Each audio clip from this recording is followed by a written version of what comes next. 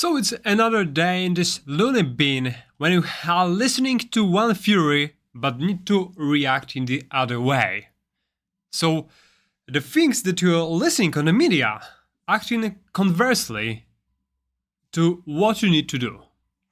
Policymakers don't concern whether you make money or not when trading or investing. They just want you to be more dependent on them. And making money by pips doesn't help them anyway. So how to not lose yourself in this tricky game of investing, you may ask? I'm very glad you came out right here to get the new dose of information. We are right back with new episodes on Blockrevision. So it's transmission live. So if you have any questions, just pop it right on the chat.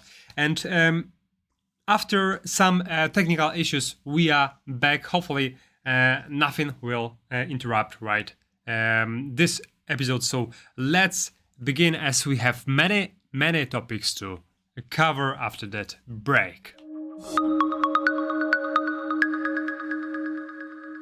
Alright, and the economy view is the first section for today. What we have out there, and this is a Thatcher testimony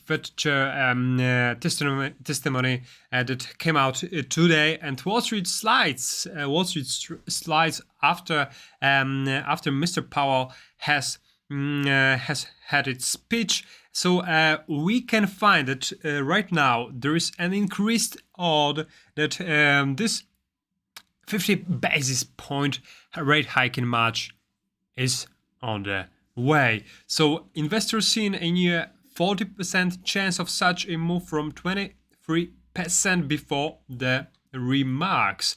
And that's what a Fed Watch tool is saying us. We have even jumped right at the time of watching to 54.3. I will just refresh it. Oh, it's oscillating right now very rapidly. So we are standing at 50-50 chance around it for 25.05. So that's a kind of a hard nut to crack for analysts that may be betting this way or another. So what we got on FOMC at this meeting, and what will be the summarization of it, I will get you updated tomorrow at 8:45 a.m. East time. So in order to get updated, subscribe to the channel. But right now, let's head on to the elements that have recently spooked the market to large extent. So that was a PCE price index that became a primary inflation index used by the US Federal Reserve. So recently, that was the gauge that has been making monetary policy decisions by the Fed. And after this CPI, Consumer Price Index, rating hasn't turned out that bad, at least in a forecast standpoint, PCE has surprised, and that's the result. So that's the result where the market, either US 100 or S&P has slided substantially. So right here we can find that this steady reopening of Chinese economy, and alongside this price of fuel rising, might be also the bigger bothersome issue for policymakers, and something that may keep us with this interest rate level, heightened level, for even longer. So we'll find out how it will shape up upon a time. But Mrs. Yellen says that we are going through soft landing equals. All right, so we are right now with a economy with very strong job growth, retail sales, and service sector activity that have recently accelerated together. But even though the Federal Reserve Chairman Jeremy Powell looks like a hero to some, we are still going through tough times where those signals are literally mixed. So as we might see in a second, leading economic index has slided alongside the inversion of a yield curve is at the unprecedented level, and of course these PCE gauges are nagging many companies that might be around the corner of somewhat of a difficult yield or lean weeks and months. So inflation, if we would like to summarize, is never going to fall in a straight line after peaking. So Fed may need to hike to 6.5% to cool prices, even some analysts claim. So that's exactly what I mentioned, negligent analysts. As the leading economic index that contains such elements as average consumer expectations, some S&P 500 gauges, ISMs, building permits, average weekly hours. This is the one that is expecting to forecast some disturbances in the future. Right now, however, lagging indicators are not that bad, but leading one are showing that under the table, a situation doesn't look fine at all. So the economists are still debating whether we are right now at a recession or is it still yet to come. But definitely, if we shift this away for some time, it may get back with a even more fierce way. Corporatism is the answer for some. A personal saving rate, as we find, has slumped to very low of early 20,000 levels, and in the same time, undistributed corporate profits has skyrocketed. So it means if the recession eventually come, that may bring much of a problems to the economy, the personal savings won't be enough to cover the expenses and means, and we may devote our I would say security in order to get this money out of the biggest companies in the world that are right now collecting the money like crazy. So it means that right now, when those recent downturn on the market has faded, people started to literally a point of lack of their capability of collecting funds, and this financial pillow to need to be kept for this lean days is right now something that less and less people are considering, and we can find that the power is shifting from the unit to larger entity, and that's what we have seen in the past when the recession or the crisis happens, we can find that this dissipation between the unit and larger structures is just widening. That's the worry thing to ponder. So that's interesting thing. So we can find that some of the fund has created an ETF against Jim Cramer. So Jim Cramer was this selling type of a guy that has run a Mad Money show, and recently it has got into nerves of that many investors that they decided to just bet against him. So literally at his show, he was telling about buying one stock, whereas at the next episode, he was telling about selling this. And that has caused a kind of a mishmash among those investors that were about to base their investment approach on fundamentals and technicals instead of advertisement. And right now, we can find that the fund that offering this anti-Cramer ETF has decided to introduce it as this anti-ARC, anti-Katie Wood ETF has succeeded, and they count that it may follow that way as a archive.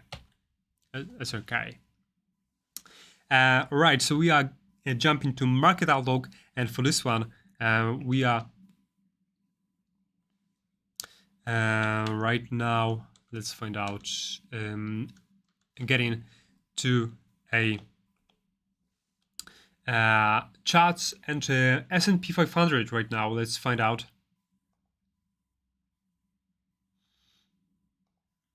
How is that going? So right after getting through this shooting star,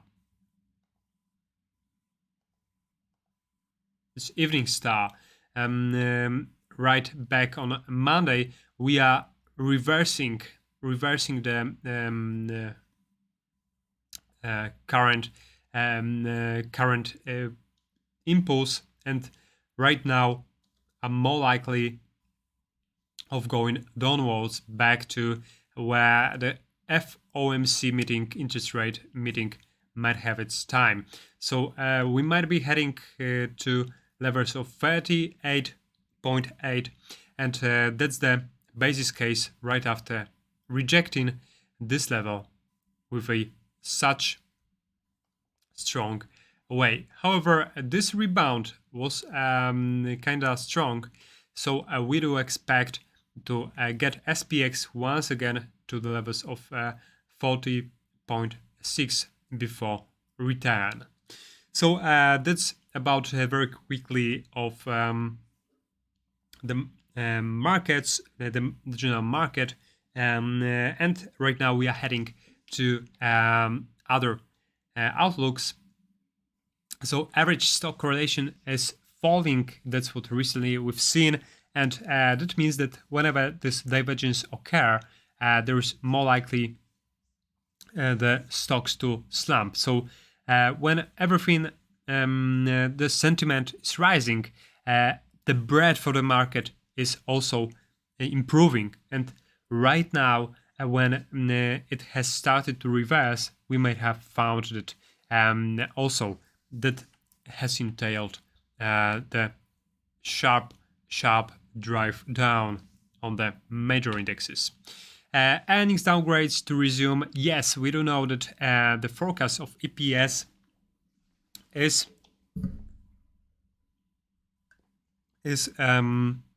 dropping, but it doesn't mean that we might not rise during this time. So normally we do expect the EPS to climb up. However, when those expectations for the future are rising, whereas the EPS are still dropping, but out of not very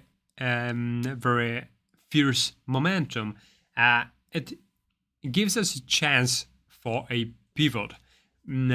So the stock market has a tendency to climb even during those elements of EPS and forward EPS are slumping.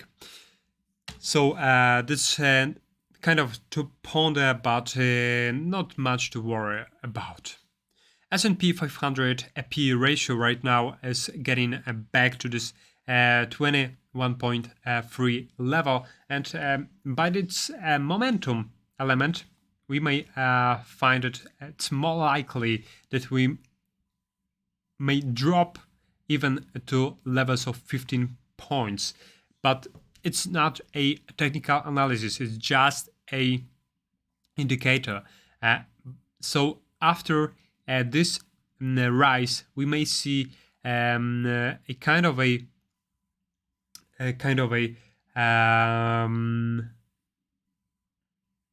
I would say consolidation period when we hang around this I would say 17 to 25 points, but we shouldn't drop as low as 10, at least in the foreseeable future, as this we can find this rebound was very fierce back in 2012, and I would say the technological sector should push it even further. What about next? So that's what I meant. Falling earnings growth may weigh on US equities, but I do expect that that won't be a deterministic force that may push it lower, and we may climb up even those EPS may still make new lows. So right now let's head on to crypto outlook, and I have for you a Silvergate case. That Silvergate Capital was this crypto bank that has cooperated with many of cryptocurrencies and many crypto exchanges. Right now it has filed for bankruptcy. Bitcoin has slided, but crypto from a broader standpoint is unmoved, as it has slided just around a few hundreds millions in capitalization when taking a context of a whole branch. So it means that right now the market is that strong that those news are not shaking it to that extent that it may drop below 20,000 at least at this point. Let's find out what's next. So it's the question whether the stablecoins may revive and thrive. So the Moody's Corp. So it's a organization that given a benchmark for many financial products, right now decided to make an approach to stablecoins and form a kind of a guidance whether the specific stablecoin is out of the solid foundations, or rather just the joke. So it means that more institutions might be interested in the future in stablecoins when those benchmark reports might be indicating this way or another for a specific solutions. Right after, let's find out about Kraken that has recently listened and been accused of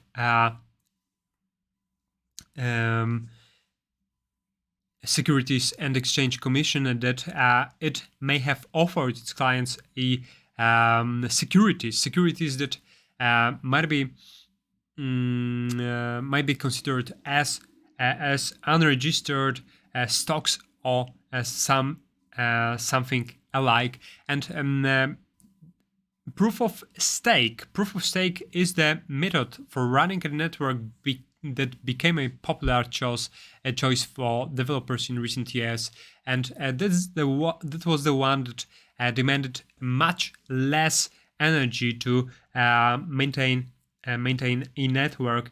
And right now, Securities and Exchange Commission is trying to accuse this exchange of offering coins that were based on a proof of stake, and also has accused of taking profits out of the main keeping these coins on the exchange. In my view, it's just a bullshit, as we don't know that many of those coins are not governed by any of the centralized entities, and it means that nobody takes profit out of it, and it only the network that is getting more and more profitable upon time. And so we don't need a clarification of this entity, this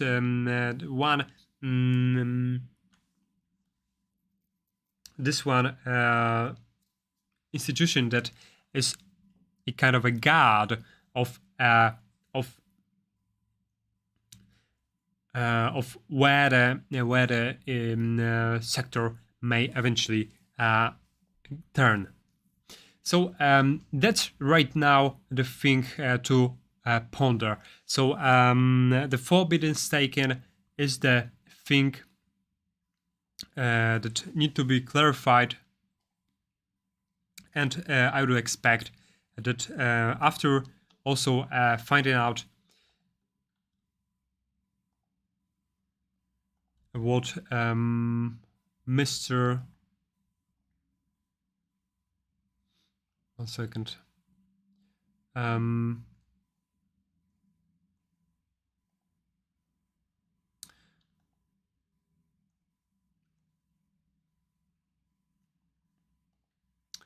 So after what also BIS chief Augustine Carstens said that technology doesn't make for trusted money, those are the standpoints that need to be clarified in order to consider them as the serious one, as we do know that Bitcoin has justified already that it had been serious. It has been turned down just twice for a short span of time, and it means that it's much of a better way to thrive in the future than those centralized solutions as Visas or MasterCard one. So in my view, those ignorance in some way would better steer clear from crypto when making their financial advice. All right, so that was that section. Right now, let's get to market movers, and for this one, I need you to jump to economic calendar, and for this one, let's find out what happened previous week in order to get a bit wider view.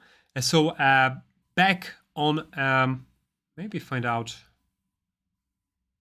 Okay, let's head on from Tuesday. So we had GDP growth rate out of Canada that turned out to be worse than expected at neutral level. GDP growth rate out of Australia at 0.5 instead of 0.7. NBS manufacturing PMI out of China, and right now it's heading positively 52.6. Cajun manufacturing PMI, however, at 50.16. Inflation rate out of Germany, 8.7, so it's higher than expected. Whereas ISM manufacturing PMI 47.7 instead of 48 expected. So right now the US economy is contracting. That's what we can find.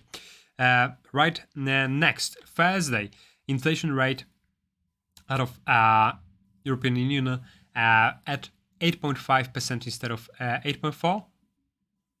Right away, ISM manufacturing PMI at 55.1. On Monday, however, we had IV PMI of Canada, and right now it's looking like we are right now also getting downwards after this very optimistic January time, and on that day we had RBA interest rate decision that has remained as forecasted at 3.6% from a 3.35%, so it was increase of 0.25%. So that's why the US expects the Fed to increase the rate hike of 0.25 instead of 0.5, but those odds to 0.5 are increasing recently due to a very resilient US economy. And for this week, let's quickly get over to this week in order to just find out what may bring volatility to the market. So we are right before tomorrow's Fed Chair Powell testimony.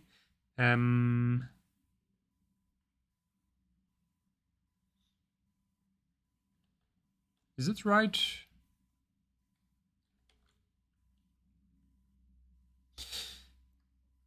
So Fed Chair Powell testimony, but yes, it's along the way. Balance of trade of America and also non-farm payrolls. A Bank of Japan interest rate decision is on Thursday that I have skipped, and right on Friday we have non-farm payrolls, unemployment rate of US alongside GDP out of Great Britain.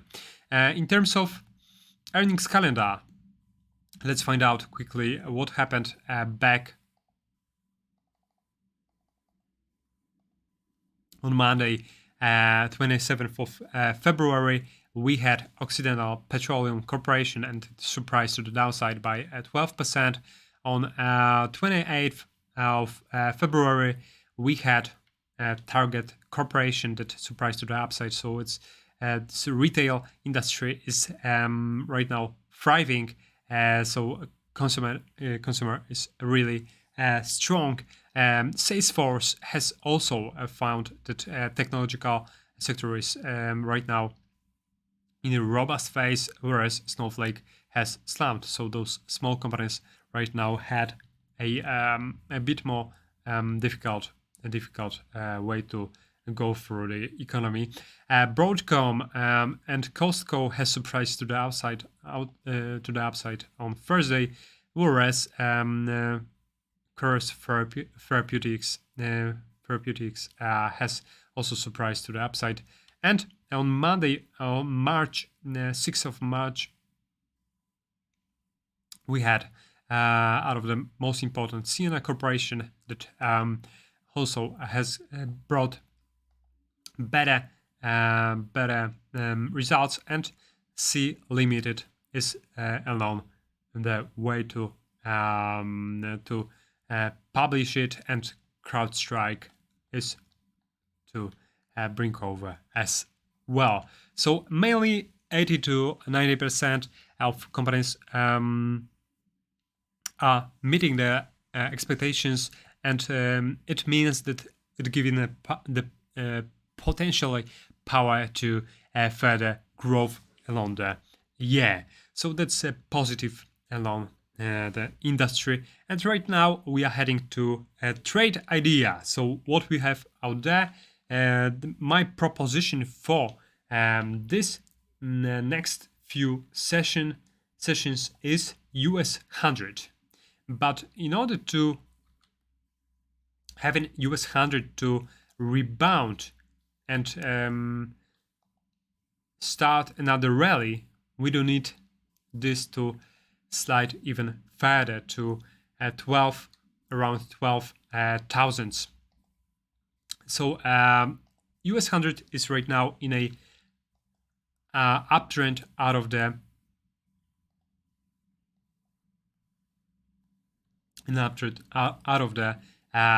longer time horizon. But after a very strong rally, we could find that the relief was necessary. So right after this very strong remarked evening star been popped, we can find that there's a high chance that US 100 may retest this this evening star in order to start another rally downwards. So it should, US 100 should rebound out of this support 12 at 12.18 and it should go higher from here. So this slide was the one that it may just tanked for a while and right after may revert to 12.42. If that happens, we may start a position of short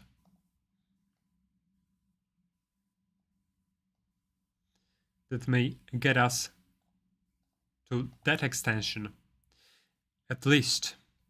So as we haven't clearly tested this high, it should be tested out of this upper tendency. So we may expect that this level of 12.04 should be tested within couple few sessions. But the best entrance, the one that may bring over the highest reward to risk ratio, will be the one being set somewhere around this level inside of this box, or even we may extend it to that level. So if you find within the next two sessions US 100 getting to this area, it might be a very nice point to start a short position from here, and with a target, with an objective of 12.065 around. So that's my view, and don't chase the market if it has slided without you. Just be patient and wait for another formation to reoccur and another opportunities to turn up. So that's it in today's episode. Thank you very much for watching. Thank you for being with us, and we are seeing each other tomorrow at 8:45 a.m. East time. So have a great evening.